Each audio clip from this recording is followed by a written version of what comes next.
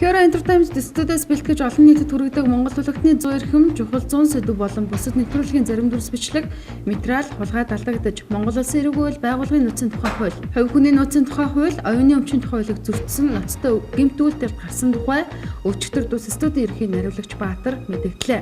Тэрээр энэхүү алдагдсан дүрс бичлэг материалыг зарим хэвлэл мэдээллийн хэрэгсэл захим ертөнцөөр тарааж байгаад нийт үзэгчдээсээ болон Монгол Улсын 3 дахь ерөнхийлөгч инхвэр болон түүний гэр бүлээс хүрцэл өчигсөн юм а.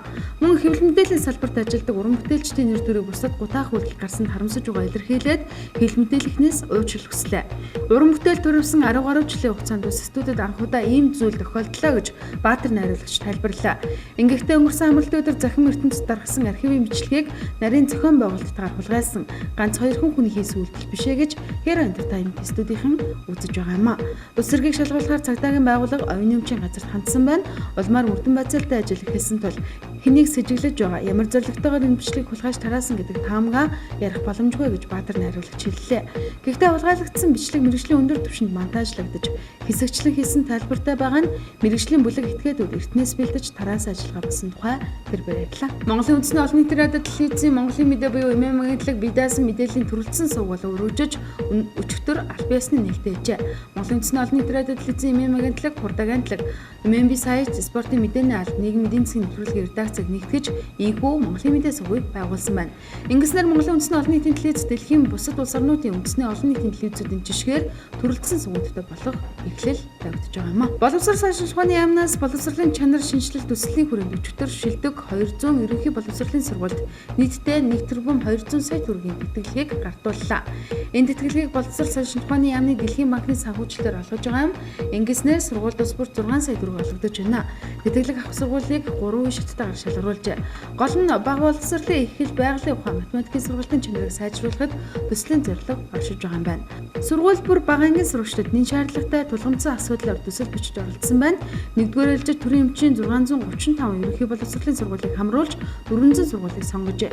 Ингээд энэ дундаас дахин 200 сургуулийг шалгаруулan өнөөдөр тэтгэлгийг гартууллаа. Зөв амьдрах ухаан төвийнхэн өчигдөр Чингисийн талбай жагссан байна. Тэдний зүгээс Улаанбаатар хотын захиранаас олохоор төсвөлсөн 121 сая төгрөгөөр шийдвэрлэхээр ийхүү тэмцэж ирсэн байна.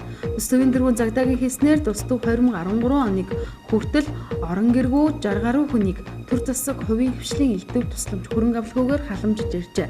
Харин 2013 оноос нийслэлээс нэмж 70 орчим хүнийг зөв амьдрах ухаанд төвд төсөв мөнгийг нь олгож хамт нийгэмшүүлэхээр алжээ. Гэтэл 2017 оны 3 дугаар улирлаас хойш эдгээр 70 орчим хүнд сар бүр олохоор төсвөлсөн мөнгийг нийслэлээс өгөөгүй байна. Уг нийслэлээс нэг хүний хоол дулаан цахилгаан 9,000 төгрөгийг олохоор төсвөлсөн ч энэ мөнгийг 2015 оны 3 дугаар улирлаас хойш олгоогүй гэж зөв амьдрах ухаан төвийнхэн хэлж байгаа юм а. Тиймээс энэ мөнгөө шийдвэрлэхийн тулд тэмцэж байгаа гэжээ. Тэгвэл энэ талаар нийслэлийн засаг даргын хамгийн газраас тодруулахад өнгөрсөн 12 дугаар сард гэрээгээр хүлээсэн гүйцэтгэлийн мөнгө болох 40 сая төгрөгийг олгосон гэж мэдэгдсэн байна. Эрдэнэс тавталгаа компани Эв санааны нэгдэл үйлдвэрчний эвлэлийн дарга Эрдэнэ нэмжлүүлэхээр өнгөрсөн сард бүгд найрамдах Солонгос улсыг зорьсон. Эрдэнэний биеийн байдлын талаар тус компаниас тодруулахад арьс нөхөх хагалгаа болон бусад нэмжлэгийг хийлгэж байгаа. Манай компаниас Эрдэнэний нэмжлэгний зардал 130 сая төгрөг өгсөн гэж мэдэгдсэн байна. Эрдэнэс тавталгаа компанийн цанхийн зөөрхөн ажилтнуудыг өөр компани руу шилжүүлэх асуудлыг эсэргүүцэн Эрдэнэ өөрийгөө шатаасан юм а. Харин явдлын дараа Эрдэнэс тавталгаа компани 203 ажилтныг шилжүүлэх шийдвэрээ өөрчилсөн байдаг.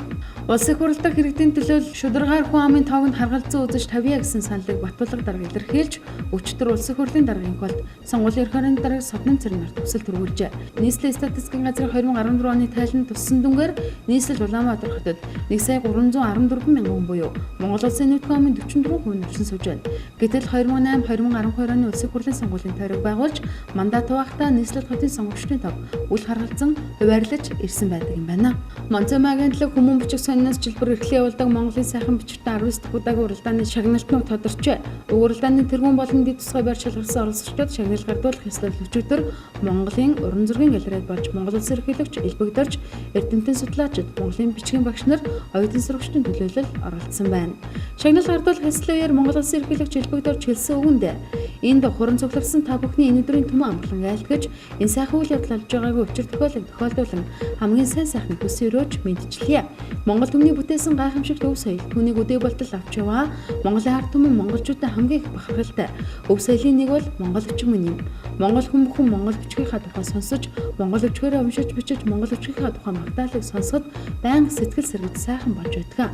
Энэ бичиг өөрөө тийм гайхамшигтай эрчим хүчийг агуулсан бичиг юм гэдгийг онцолжээ. Улсын хурд дахь Монгол Ардын намын бүлэг өчигдрийн хуралдаанаараа Эрдэнэс 5 толгой төрийн өмчит компаниг аж ахуйн нэгжийн хуулиар зохицуулдаг байх хуулийн өөрчлөлтийг хэлэлцээд эрх зүй болоод эдийн засгийн өргөөжийг судлах шаардлагатай хэмээн үзэж улсын хурлын гишүүн Эрдэнэбатар ахлуулсан ажлын хэсэг байгуулжээ.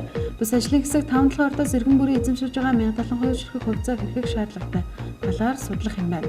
Мөн бүлгээр 0-18 хүртэлх насны хүүхэд бүр сар тутам 20,000 төгрөг болохоор хуулийн өөрчлөлт оруулж иж байгааг мэдэмжжээ. Энэ тухай улсын хурлын гишүүн Оюн Хорл хүүхэд бүрт 20,000 төгрөг болох асуудлыг Монгол Ардын нам 2006 онд хэрэгжүүлж байсан эдийн засаг хүнд үед хүн рүүгээ чиглэсэн болгон хэрэгжүүлэх нь зөв юм а. Ийм ч учраас хүүхдээ 20,000 төгрөг нэмэгдүүлэе гэж хуулийн санаа чивжсэн ч улсын хурл хэлцээгүй гэж мэдэгджээ.